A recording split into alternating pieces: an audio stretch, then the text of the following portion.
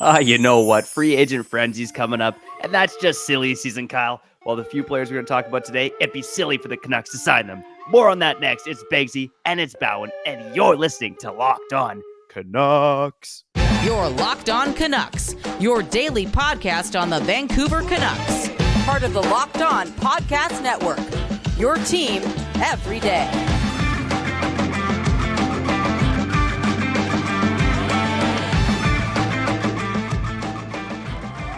All right, it's time to get silly. Welcome, and thanks for hitting the play button on today's episode of Locked On Canucks. My name is Trevor Beggs, Canucks writer and part-time credentialed media member for Daily Hive Vancouver. This episode is brought to you by FanDuel Sportsbook, official sportsbook of Locked On. Make every moment more. Visit FanDuel.com/LockedOn today to get started. And before we dive into the show, we want to thank you for listening to Locked On Canucks. It's your team every day. Make sure you subscribe or follow for free on YouTube or wherever you listen to podcasts. On today's show, it's the classic buyer beware episode here, okay? There's a lot of players in free agency that are going to get overpaid, and we're going to talk about a few players that the Canucks should probably avoid when it comes to free agency. Also going to talk a little bit about Zach Benson, okay? One of the most talented players in the draft, one of the best playmakers in the draft, but he's undersized. You know what that means? He's going to slide. But first and foremost, a guy who's also slightly undersized, but sexy as heck nonetheless. Kyle Bhawan, how you doing, buddy? Undersized? I thought I was average. Unless you're talking about, all right, Locked On Canucks, Kyle Bhawan, Trevor Beggs. Hey, we've watched Mansers before. You know what they've said about Hindus, all right? I'm a Hindu. I can say that. You know what they said about Hindus, all right? Anyways, Locked On Canucks, your team every day. Trevor Beggs, Kyle Bhawan. As always, we're going to get to the comments at the end of the show. And, I think one commenter, one fan of the show, he's turning on you. He used to be Team Beggsy. I think he's just Team Locked On now. I think he's neutral. And it's because of your love for Shimashev, that dude. Anyways, we'll talk more about the draft in like 10 to 12 minutes. I'm really excited about this one because you told me this morning that the Canucks should not sign this guy and that guy and that guy and this guy. And Barbashev was on that list. Talk about it, man. Yeah, so Ivan Barbashev, of course, he is 27 years old with 2 Stanley Cup rings. You might have famously saw during the Vegas Golden Knights Cup celebration. He was holding up 2 like this, and then he turned around and he's like, "Oh no, gotta hold up the 1 instead." So this guy has trouble counting to from 1 to 2, so that's why the Canucks shouldn't sign him. No, the reason Ivan Barbashev is kind of on the buyer beware list is really because he excels as a winger, and that's just not what the Canucks need right now. So in St. Louis, he was for a while kind of slated as a bit of a defensive specialist. They tried him at center for a bit, tried him in that third line center role. And, he just didn't have a ton of success there. In the faceoff dawn in his career, he's around 42%. And then again, when he goes to the Vegas Golden Knights, they put him on the wing, and that's where he really started to shine. So, again, Ivan Barbashev, probably not what the Canucks need. And this guy, he's going to get money, okay? He's going to make a few bucks in free agency because, again, he's one of the younger UFAs hitting the market. He's got 2 Stanley Cup rings under his belt, and he looked really good with the Vegas Golden Knights when he was going on that playoff run. So I'm going to shout out AFP Analytics and their NHL contract projection for 2023-24 as we go through this. So they have for Barbashev, their estimated contract is a 4-year deal with $4.2 million a season. I think this guy's getting more than that when it comes to free agency. And again, as a guy who just doesn't succeed as a center, is another winger, which the Canucks don't need, I'm hoping they stay away from Barbashev when it comes to free agency. Oh, me too. Because I've seen the tweets. And again, we just saw the Stanley Cup playoffs. He was playing, pretty much every game on the wing, for sure, with Jack Eichel and company. And that's just not the type of player the Canucks need, especially if they cannot get off on guys like Garland and Beauvillier. You know what I'm saying? And let me ask you this too. I'm going to ask you 2 questions, okay? Answer both of them. First off, again, are you friendlier to the notion of him coming to Vancouver if Beauvillier or Garland is not on the roster anymore? And number 2, do you trust the guy that's won 2 Stanley Cups? Do you feel as if this guy's going to bring the same amount of energy? You get what I'm saying? Because this guy is an energetic player, and maybe that's too much of a slight against a super competitive guy, right? Who am I to say this guy's going to lose a step or two because he's already got 2 cups? blah, blah, blah. This guy's a total gamer, a total gamer. He was one of the standout players throughout the whole Stanley Cup playoffs. I feel as if he put up like 15 plus points as well. He was good. He was good the whole time. The whole Yeah, time. he was really good. He had seven goals and 18 points in 22 playoff games for the Golden Knights. So That's really and he good. did that just around 15 and a half minutes of ice time. So he was rock solid for Vegas. Would I like to see him if Beauvillier or Garland was gone? Probably not. And I think you mentioned a couple of reasons there. Some of that thirst maybe is gone when you're a UFA, you sign a big deal. You've already won 2 Stanley Cups. We've seen Anthony Beauvillier, who's a younger player. We've seen him succeed in the playoffs. I think Connor Garland, we've talked about it before. It could be a mistake for the Canucks to trade him. And I think he's got more to give, whether it's on the Canucks or another team. So I think Barbashev would be more expensive. He's older. And yeah, I don't necessarily love the fit. I think he needs to be with good players to succeed. And I think Beauvillier and Garland can also do that for the Canucks as well. And I think there's more of a likelihood that after Barbashev signs his contract, he won't be able to, and we've mentioned this all week, right? He won't be able to exceed that number and play over that number on a consistent basis. And we've talked about the Canucks needing to have players sign deals and play over that value. And I don't know. Yeah. I don't know if I see Barbashev able to do that, especially with coming off of this run and him he's going to make more than 4.2. Teams need guys like Ivan Barbashev. I know it's ironic because now we've been roasting this guy for the last couple of minutes, but I think you can hear it in our voices. I feel as if we have a hunch / a belief, or want to have that belief, that when this team is ready to go, the Mikheyevs, the Podkolzins, the Höglanders, if Garland is still around, those guys will be able to bring some of those intangibles. And yeah, it's scary, the Canucks, again, always finishing at the bottom of the standings. I'm sorry. Do they always have to shop and get the biggest? No, get value, win a lot of deals. And I think it's going to be hard to win this deal if they do sign Barbashev. Yeah, and I think it's going to be hard to win on a lot of center contracts, Kyle, because tons of wingers out there, but defenseman and center is a bit of a valuable commodity. So, we're picking on a few players here, but I think there's a ton of buyer beware warnings out there for a number of free agents in this class. I know one guy we didn't really have on our list who I would include probably is Ryan O'Reilly. I think his game slipped up a bit. A little older now. He might sign a shorter term deal, which could make some sense. But I still think this guy is going to get probably $5 million plus in the free agent market because he's a former Conn Smythe winner. He's got that cachet to his name. So there was at one point he was one of my favorite players to watch. You know who he reminds me of? Like it's kind of like Mark Stone down the middle. They play differently, but at the same time they somewhat play the same too, especially when they're on. Well, I'm pretty much talking about 2017, 2018, 2019 Ryan O'Reilly. Not the one now. But I'm gonna throw the question at you, because I was driving to the studio and I was thinking about that player. There's no chance the Canucks are interested in him, and let's say they are. What's a number? What's a number that you'd be content with? Because I know the cachet is there. Maybe he gets to 4.8 to 5, which is way too much. But is there a sweet spot? Man, I think the Canucks will be interested. I think a lot of teams will be interested in Ryan O'Reilly, and that's why I think he's going to get overpaid. What would I be comfortable with? I'm going to say the caveat. I'd probably much prefer to go down, a bargain bin road, find someone like a Pius Suter or a player kind of in that $2-ish million range who could provide some value. But for Ryan O'Reilly, I mean, I would be comfortable with like a 2-year, $4.5 million deal. Okay. But I don't think he's getting that. I mean, again, shout out to AFP Analytics. The contract projection for Ryan O'Reilly, 3 years at $5.48 million per season. Okay, so we're really talking about a $5.5 million third line center. I'm out. Yeah. I want to touch on one more center quickly, Max Domi.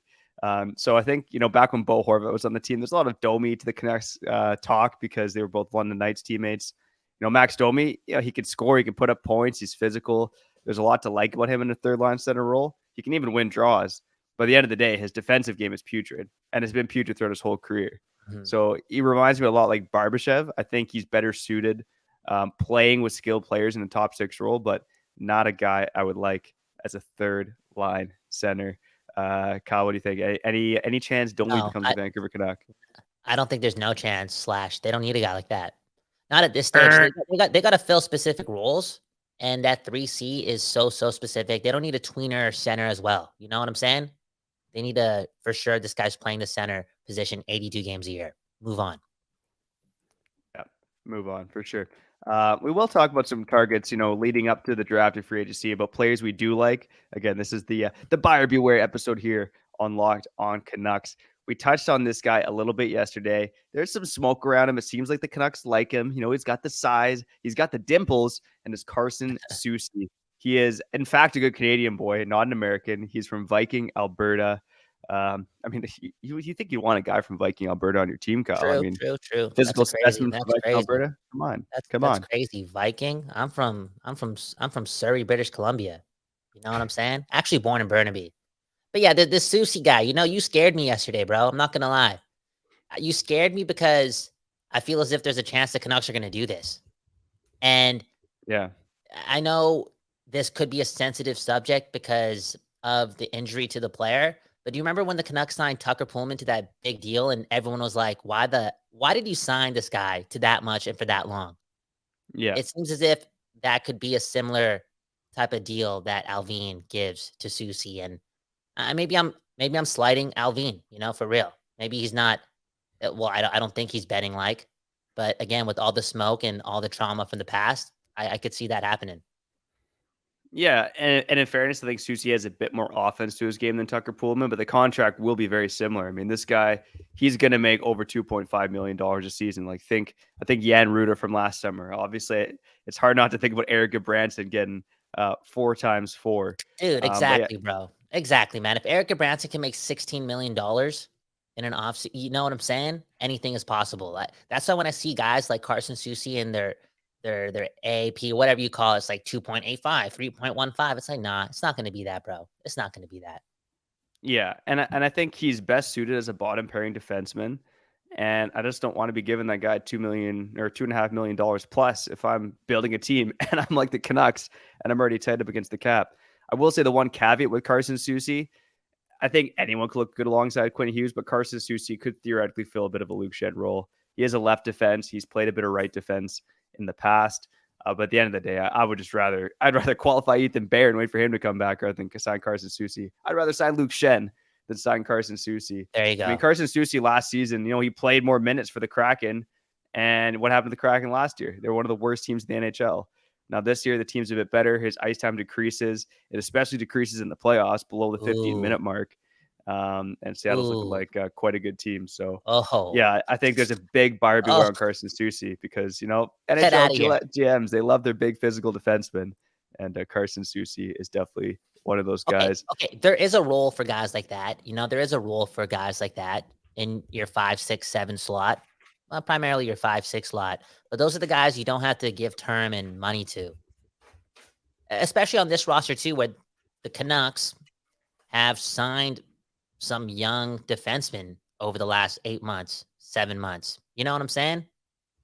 It's like the Canucks need to stop doing that. It dates back to Lucas Spiza, You see a big guy who can skate. You just want to give this guy term and money to play the number 5 or 6 role. It's just way too backwards. Way too backwards. The Canucks need to move on from that type of philosophy, paying number 5, 6 defensemen and also paying and giving term to bottom 6 players all the time. That's got to stop this offseason. 100%. 2 more names to mention, then we got to cut to break here on Locked On Canucks. Brian Dumoulin, okay? There's obvious ties to the Canucks. I mean, this guy was helping Pittsburgh win a Stanley Cup in 2016 when Taka was, 2017. That was the year Letang was out. When Taka was an assistant coach. Jim Rutherford, GM at the time. Alvin in the organization. So there's clearly ties to Brian Dumoulin. But this guy, I'm telling you, his defensive game has fallen off a cliff the past few seasons. I don't know if I want to bore the listeners with the fancy stats. Do it. All right. Okay. There's a stat called Corsi relative. So really, it's Corsi relative to your team average. So relative to the team average over the past few seasons, 2020, 21, Brian Dumoulin was a negative 7.8 Corsi relative to his team. 2021, 22, negative 11.9 relative to his team. And last season, negative 9.8 relative to his team. I mean, this guy has been getting shelled the past few seasons when he's been on the ice for the Pittsburgh Penguins. He is not the defenseman he used to be. I mean, maybe if you want to give him, if he ends up being kind of like a 1-year flyer, like a 1-year 1.5, I personally just don't see it though because of the cachet behind him. But I think that's the only way he's attracted to the Canucks if he's kind of like a 1-year flyer, like a 1.5 million. But I don't see Yeah. that Okay. happening. But like, if you want to take that flyer and you're Dumoulin, you get to take that flyer and be around people that you were somewhat comfortable with. And I'll also say this, I did, again, addicted. Trevor Beggs has got me addicted to hockey again. So this morning, Halford and Bruff in the morning, listening to it, they had somebody from Pittsburgh on, and they talked about Dumoulin. And they talked about how Dumoulin actually played decent towards the end of the year, but only really because his minutes got slashed and he wasn't being used as the Dumoulin from before. He was being used as a number 5/6 defenseman, and it actually worked. So we'll see. We'll see. We'll see. I had one more name here, Dmitry Orlov. He's the biggest name left shot defenseman on the market. I think he's out of the Canucks price range, but I think any team that signs Orlov is going to be overpaying. Dmitry Orlov, again, with the Boston Bruins, he had 17 points in 23 games. He was playing over 22 minutes a night. He had 8 assists in 7 playoff games. He was a physical presence. He killed penalties. There's a lot to like about him, but here's his projected contract from AFP Analytics. 5-year deal at $6.26 million per season. And he's 32 years old right now. So, please, for the love of God, stay away from Dmitry Orlov, Patrick Alvey. Bro, if Jim Benning was here, he would have flown to Russia. He would have done everything. He would have done everything. 7x7. Through the war and everything, Jim Benning would have gone there. Yeah, and he would have gave him the extra year and the extra mil. Oh, what a time to be alive. Free agent frenzy just around the corner. Traumatizing time for us Canucks fans, because if you look over the last 6, 7, 8 years, it's been so bad when it comes to the pro scouting and the contract signing for this team. So buyer beware. Trevor Beggs, Kyle Bhawan, Locked On Canucks. On the other side, we'll talk about more potential draft picks at number 11. Beggsy, I'm excited for that. Yeah, and specific, I want to talk about Zach Benson. I've talked about Simashev being one of my favorite targets, even though some of the commenters don't like it. But there's some talk now among scouts that Benson might fall out of the top 10, which would be music to my ears, and it should be music to the Canucks' ears. But first, baseball season. Baseball. Oh, baseball season is in full swing.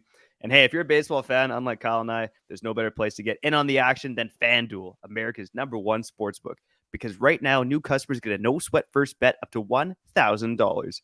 That's $1,000 back in bonus bets if your first bet doesn't win. Just go to FanDuel.com/lockedon to join today.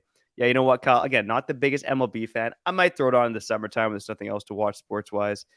And I got to say, as an anti-Toronto individual, I do like seeing the Blue Jays suffer. I see they've been suffering a bit lately, and I might be putting a little more money on them to lose some more games. And if I was going to do that, I'm doing it on FanDuel. So don't miss the chance to snag a no-sweat first bet up to $1,000 when you join FanDuel today. Just go to FanDuel.com/lockedon to sign up.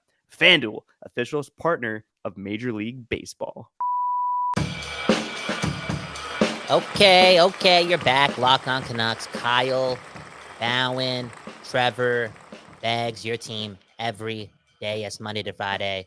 Subscribe on YouTube and find us wherever you stream podcasts. Beggsy, I heard the news, man. I heard that you went back to work already, okay? Maternity leave or whatever they call it in 2023. Fathers are allowed some time off now. Man, oh man, you something else, man. You a brave guy, and you have to do it for the sake of doing it. I understand, man. It's tough out there.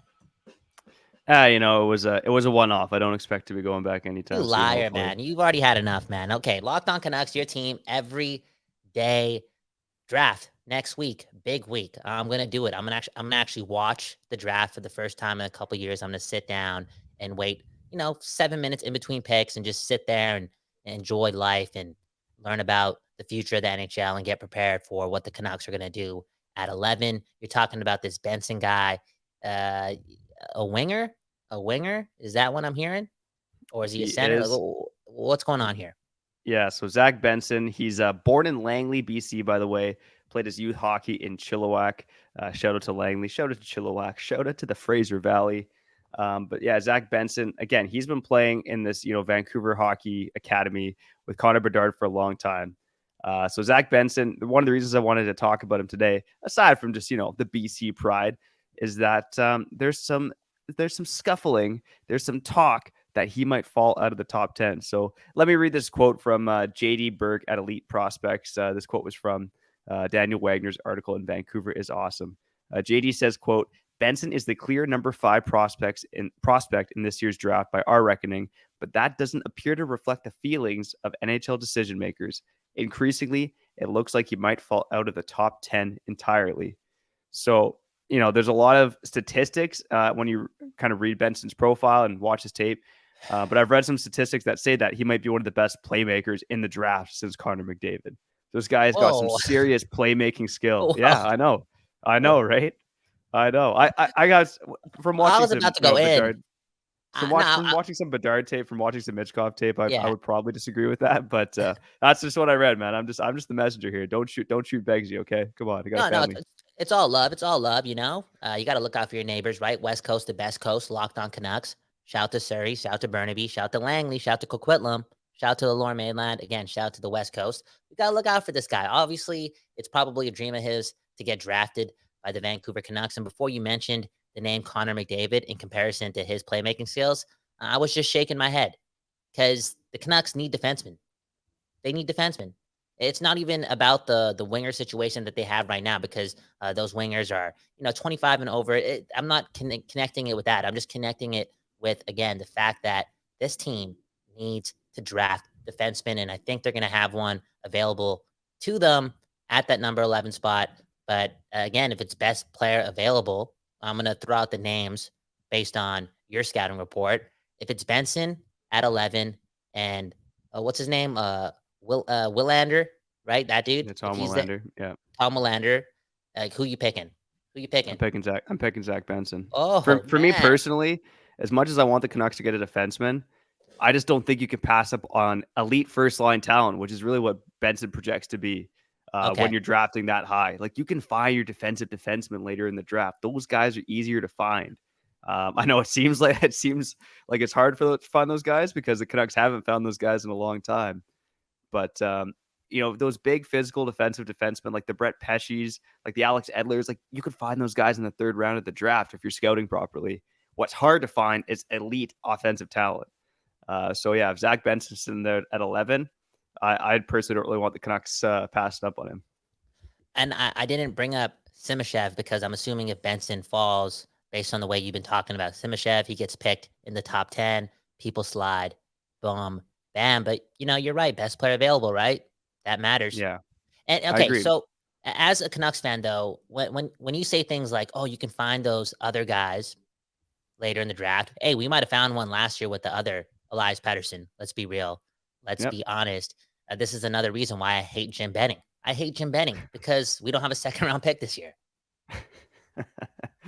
Oh yeah, and I know a commenter corrected me on that a couple months ago, but yeah, that pick is from the Oliver-ekman-larsson trade. Oh, sorry, that was the Philip Hronek trade. That's what I messed up on. Oh, is it? Okay, so anyways, I still hate Jim Benning. I got that wrong, but I do not like that guy for real. So many draft picks getting traded and just gross, man. Just gross. The Jason Dickinson trade too. You know what I'm saying? He's just throwing 2nd and 3rd round picks everywhere. Well, here's the thing. I know you have not traded a 7th round pick, maybe a 6th round pick. Could you have not just put the phone down and be like, you know what? Don't ask for the 2nd round pick. I gave you a 1st round pick. All right. Talking about OEL here. Don't ask for that 2nd round pick. I'm gonna put the phone down. Why couldn't Benning do that, man? Anyways, Kyle, here's the thing quickly before we cut to comment corner. I know you want to hate on Jim Benning, and personally, I do a lot of that myself in my spare time. The self-loathing. The hatred towards Jim Benning, for ruining our 20s, as you mentioned before. Yeah, he ruined our 20s. But the Canucks don't have a 2nd-round pick in this year's draft, and they don't have a 2nd-round pick in next year's draft. And you know whose fault that is? It's Patrick Alvin's. Oh. Because the 2nd-round pick in this year's draft was traded away in the Phil Hronek deal.